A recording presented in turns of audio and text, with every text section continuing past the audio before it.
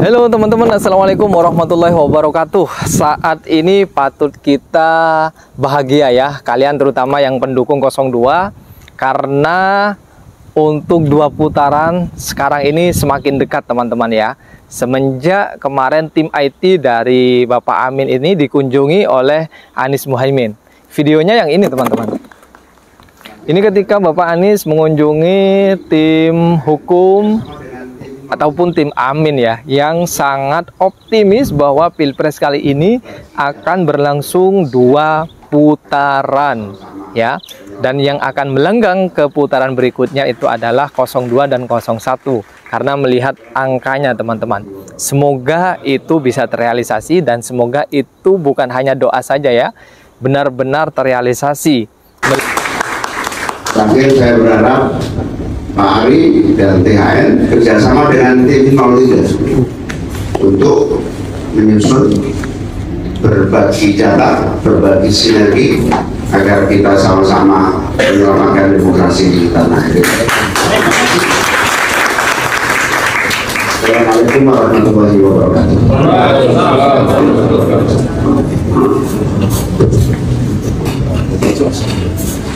Assalamualaikum warahmatullahi wabarakatuh. Gus Muhaimin yang saya hormati, Pak Ari dan seluruh jajaran tim hukum baik nasional, daerah dan semua yang ada di sini, termasuk yang saya hormati Pak Kapten Timnas. Mendengarkan apa yang disampaikan tadi, yang muncul dalam benak saya adalah rasa hormat, karena tidak terlihat di depan sana, tapi bekerja di lapangan, menjangkau semua, menelisik, mengumpulkan, merangkaikan, membuat ketersambungan. Itu bukan pekerjaan yang sederhana, itu pekerjaan yang rumit, membutuhkan stamina yang kuat, membutuhkan keyakinan yang kokoh, dan membutuhkan kerja bersama yang solid. Jadi sambil saya mendengarkan paparan yang tadi disampaikan secara bergantian oleh Bung Yanjem, kemudian Bung Andre, Mbak Listiani, dan juga Bung Antoni, saya mendengarkan itu sambil membayangkan kerja luar biasa di balik ini semua, dan itu dikerjakan siang malam non-stop sejak tanggal 14 sampai dengan hari ini. Ini sebuah perjuangan atas titipan harapan perubahan jutaan rakyat Indonesia. Jadi saya ingin sampaikan kepada semua di luar sana, ada begitu banyak yang menitipkan harapan.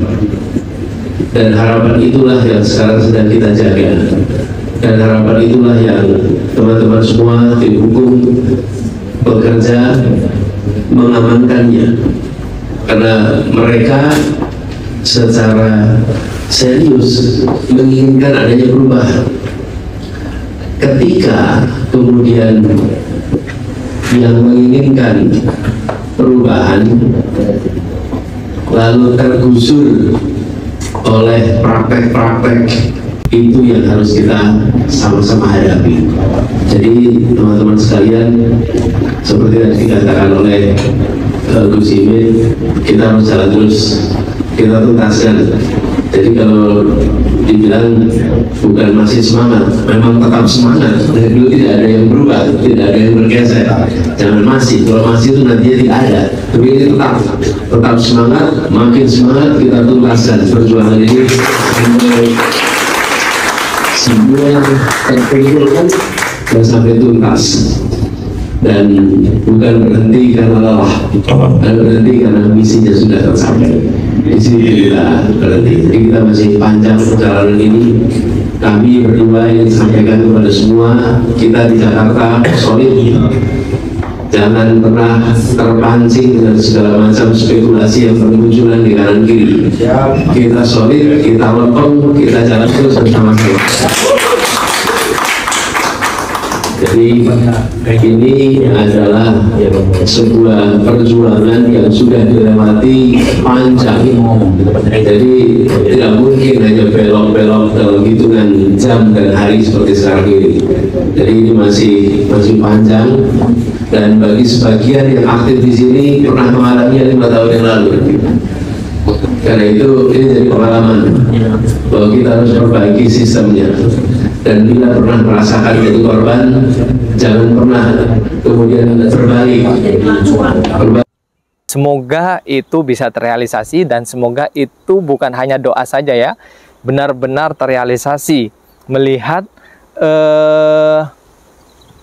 tingkah KPU yang saat ini serta Bawaslu ya, yang saat ini banyak mengalami kesalahan dan banyak sekali permintaan maaf yang diungkapkan, terutama terkait dengan Sirekap.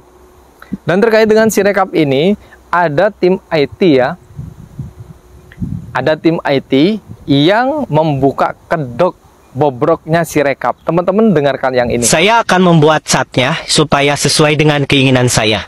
Nah, di sini ada 3 option ya, 01, 02, 03. Dan persentasenya saya akan atur ya. Jadi persentase chatnya saya akan atur. Misalnya masukkan 24 ya. Kemudian 02 saya masukkan 58.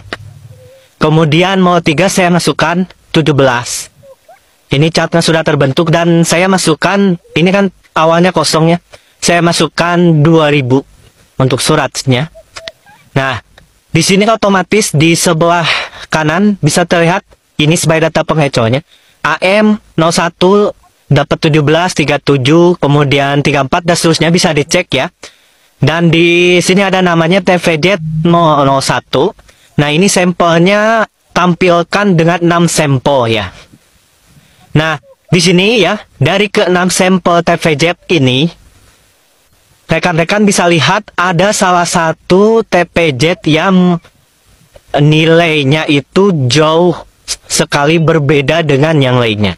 Nah, di TPZ 006 ya, sebelah sini 02 itu mendapatkan nilai 677. Lihat angkanya ini sangat jauh berbeda dari yang lainnya.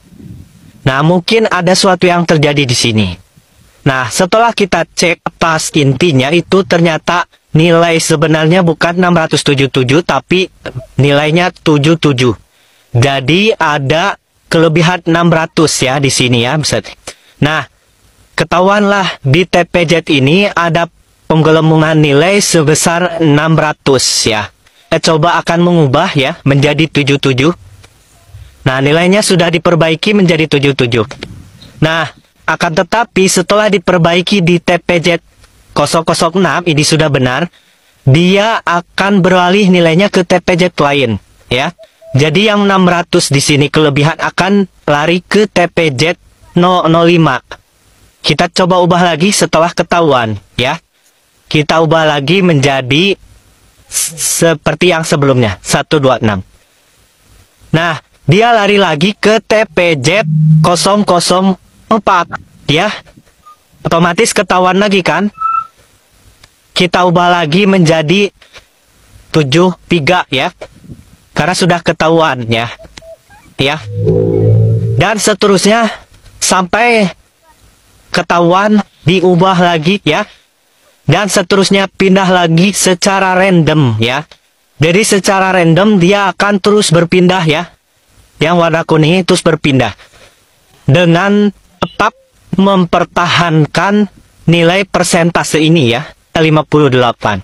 Walaupun ini penggabungan, tapi setiap ketahuan itu akan diperbaiki dan dia akan pindah lagi ke tempat yang lain. Bayangkan kalau posisi TPZ ini ada di Aceh misalkan ya, sedangkan posisi TPZ ini ada di Papua. Ketika ketahuan misalkan di Papua dibenarkan ya, dia misalkan pindah ke Aceh ya. Di Aceh itu belum ketahuan karena mungkin di Aceh itu ada di perkampungan misal ya, nggak pernah ketahuan.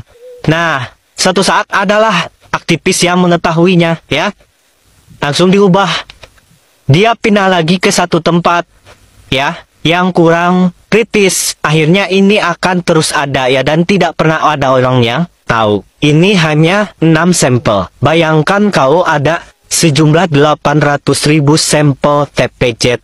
Betapa capeknya kita harus mengubah setiap kesalahan tersebut, ya.